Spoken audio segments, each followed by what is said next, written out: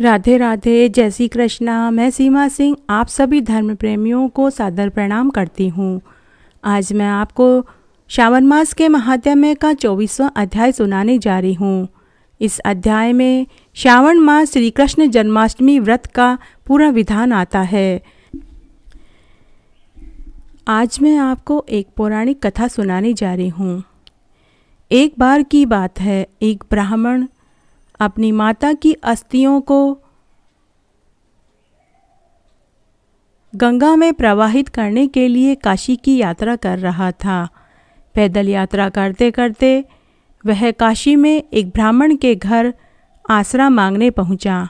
जिसके घर वह आसरा लेने गया, उस ब्राह्मण ने उसे एक रात्रि अपने घर में आसरा दिया।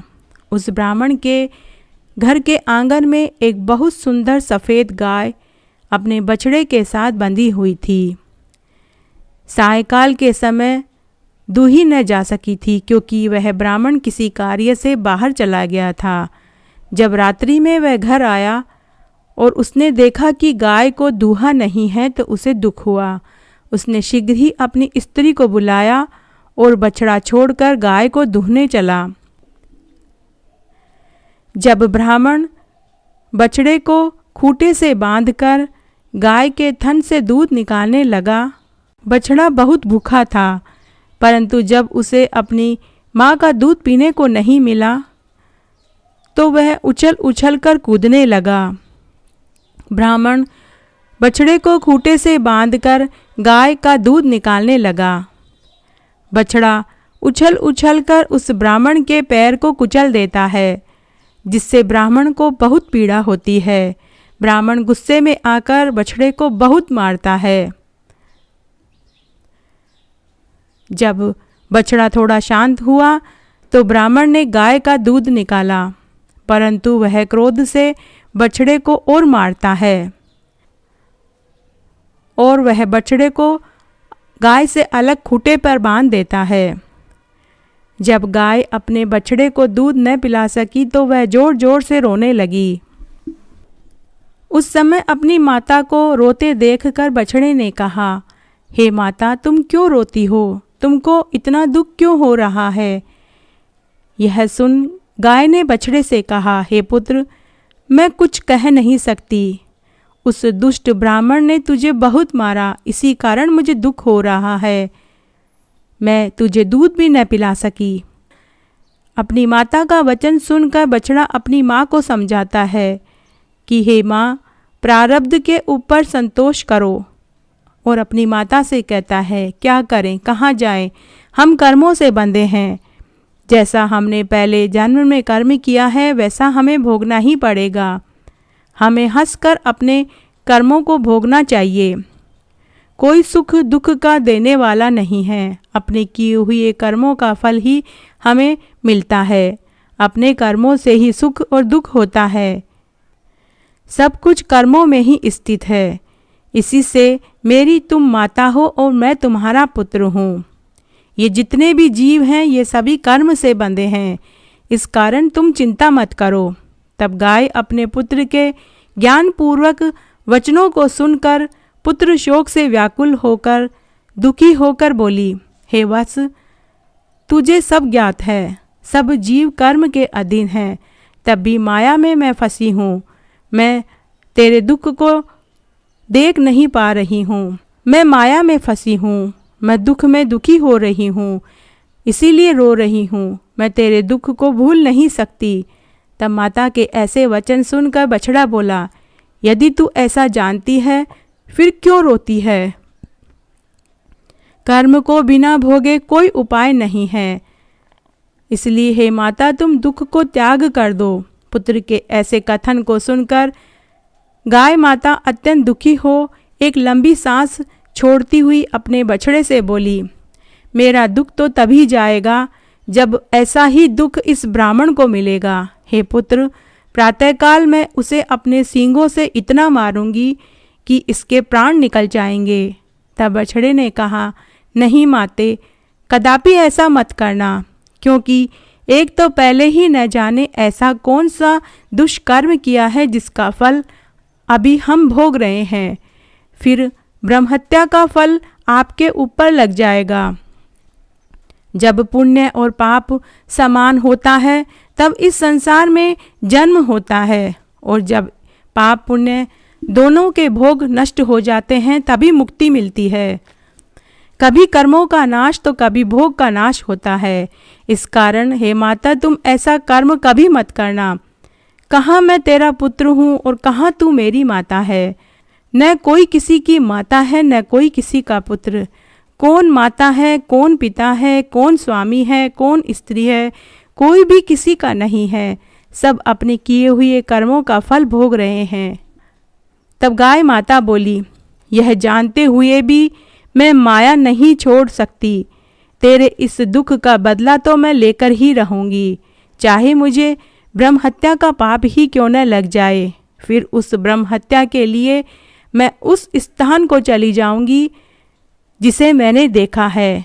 वहाँ ब्रह्म हत्या का पाप भी धुल जाता है।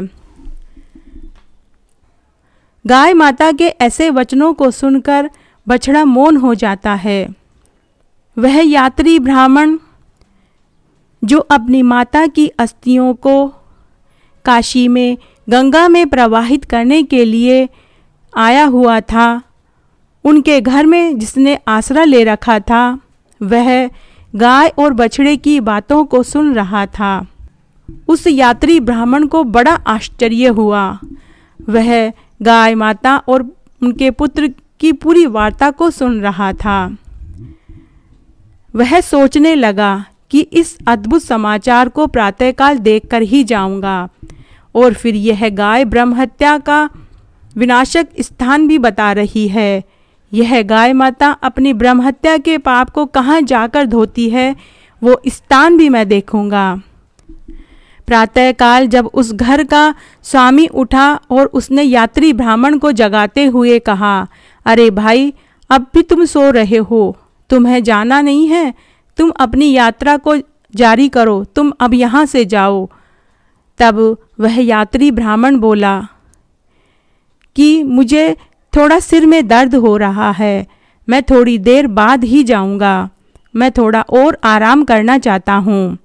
तब ब्राह्मण कुछ नहीं बोला और स्वयं कहीं जाने के विचार से अपने पुत्र को बुलाकर कहने लगा कि गाय को तुम दूध देना, मैं किसी काम से बाहर जा रहा हूँ। तब उसके पुत्र ने उठकर गाय धोने के लिए बछड़ा खोला। तब उसकी माता भी स्वयं गाय धोने के लिए वहीं आ गई। तब उसके पुत्र ने बछड़े को खोलकर जो ही गाय के पास ले जाकर बांधा, त्यों ही गाय ने अपने सींगों से उसके ऊपर ऐसा वार किया कि एक ही वार में वह पृथ्वी पर गिर पड़ा और मर गया। यह देखकर उसकी माता जोर जोर से विलाप करने लगी। पुत्र शोक में जोर जोर से रोने लगी। आसपास के लोगों ने भागकर उस ब्राह्मण को बुलाने गए।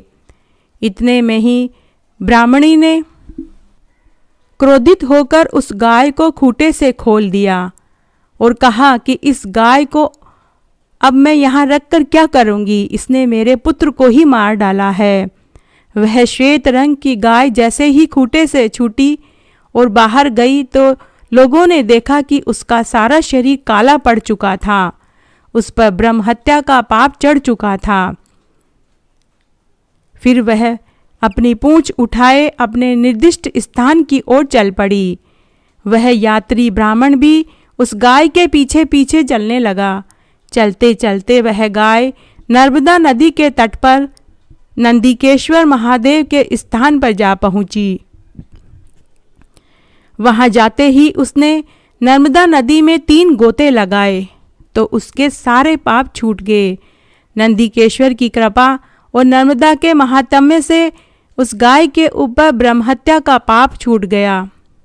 ब्रह्महत्या से निवृत्त होकर वह वापस से सफ़ेद शरीर को धारण कर लेती है और वापस अपने स्वामी ब्राह्मण के घर चली जाती है। उधर यात्री ब्राह्मण के समक्ष एक बहुत सुंदर स्त्री आकर खड़ी हो जाती है और वह कहती है, अरे पुत्र, तुम यहाँ क्या कर रहे हो? तुम भी नर्मदा नदी में स्नान करके अपनी माता के कष्टों को दूर करो। आज बैसाख शुक्ल सप्तमी है। आज के दिन गंगा जी यहाँ विद्यमान रहती है। इसके जल में अपनी माता की अस्थियां भी बहा दो और उन्हें भी मुक्त कर दो। ऐसा कहकर वह स्त्री अंतर्ध्यान हो गई। वह सुंदर स्त्री और कोई नहीं, स्वयं गंगा जी थी। ब्राह्मण यात्री ने भी वहीं स्नान किया और अपनी माता की अस्थियों को बहा दिया। उसकी माता दिव्य शरीर धारण कर आकाश में देव विमान में बैठकर धन्य धन्य कहने लगी और फिर आशीर्वाद देकर उसकी माता स्वर्ग को प्राप्त हुई। श्रावण मास के महात्म्य का 24वां अध्याय सुनाने जा रही हूँ। एक बार पृथ्वी दैत्यों के भार से व्याकुल हुई ब्रह्मा जी के शरण में जा पहुँची। ब्रह्मा जी उसके मुख से सारा वृत्तांत सुनकर देवताओं सहित क्षीर सागर में जाकर भगवान विष्णु से प्रार्थना करने लगे। ब्रह्मा जी के मुख से प्रार्थना सुनकर भगवान प्रकट होकर कहने लगे कि हे देवताओं, आप किसी प्रकार से भय मत कीजिए। वासुदेव व देवकी के घर अवतार लेकर पृथ्वी के सारे संकट हर लूँगा। इसलिए सारे देवता पृथ्वी पर यादवों के रूप में प्रकट हो गए। इतना कहकर भगवान अंतर्ध्यान हो गए। बाद में देवकी के गर्भ से जन्म लेने पर वसुदेव ने कंस के भय से उन्हें गोकुल में रखा, जहाँ भगवान बड़े हुए तथा मथुरा में आकर सारे गणों के सहित कंस का वध कर दिया। उसके बाद सारे नगरवासियों ने श्री कृष्ण भगवान के पास जाकर स्तुति करी। हे प्रभु, हे भक्त वत्सल, आपके जन्म के विषय में हम कुछ नहीं जानते, इसलिए आप इसके विषय में हमें कुछ बताइए जिससे हम उसे उत्सव के रूप में मना सकें। इस प्रकार से भगवान श्री कृष्ण ने उनकी अपार श्रद्धा भक्ति देखकर जन्मदिन का वृत्तांत कह सुनाया तथा उन्होंने विधि पूर्वक व्रत भी किया।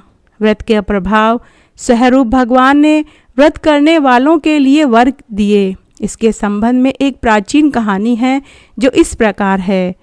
अंग देश में मितजित नामक एक राजा था। उसके पुत्र का नाम था महासेन। वह अत्यंत धर्मात्मा, प्रजापालक, सदैव विजयी होने वाला तथा धन प्राप्त करने वाला था। किंतु भाग्यवश वह बुरी संगति का शिकार हो गया और शास्त्रों व पुराणों की निंदा करने लगा। हे मुनि, कालगति के प्रभाव से महासेन जब मृत्यु को प्राप्त हुआ तो अपने कर्म अनुसार वह प्रेत योनि में प्रविष्ट हो गया। एक बार वह वेश्य मथुरा नगरी जा पहुंचा। वह जब मथुरा के समीप पहुंचा तो वहां के रक्षकों ने उसे वेश्य के शरीर से बाहर निकाल दिया। वह अब नगर के बाहर ऋषि और मुनियों के आश्रम में भ्रमण करने लगा। भाग्यवश श्री कृष्ण जन्माष्टमी के दिन उन ऋषि मुनियों ने विधि विधान से उनकी पूजा और अर्चना की। उसने श्रद्धापूर्वक कीर्तन करते हुए महोत्सव का आनंद लेकर रात्रि में जागरण करते हुए प्रेम पूर्वक भगवान श्री कृष्ण की कथा भी सुनी, जिसके फलस्वरूप वह समस्त पापों से मुक्त होकर निर्मल व शुद्ध होकर तुरंत प्रेत योनि से मुक्त होकर देव विमान में सवार होकर विष्णु लोक को चला गया। इस व्रत के प्रभाव से अनेक भोगों को भोगते हुए मोक्ष को प्राप्त हुआ। इसलिए हे ब्रह्मपुत्र, समस्त लोगों के किए जाने वाले इस व्रत को शास्त्रों ने नित्य व्रत का नाम दिया।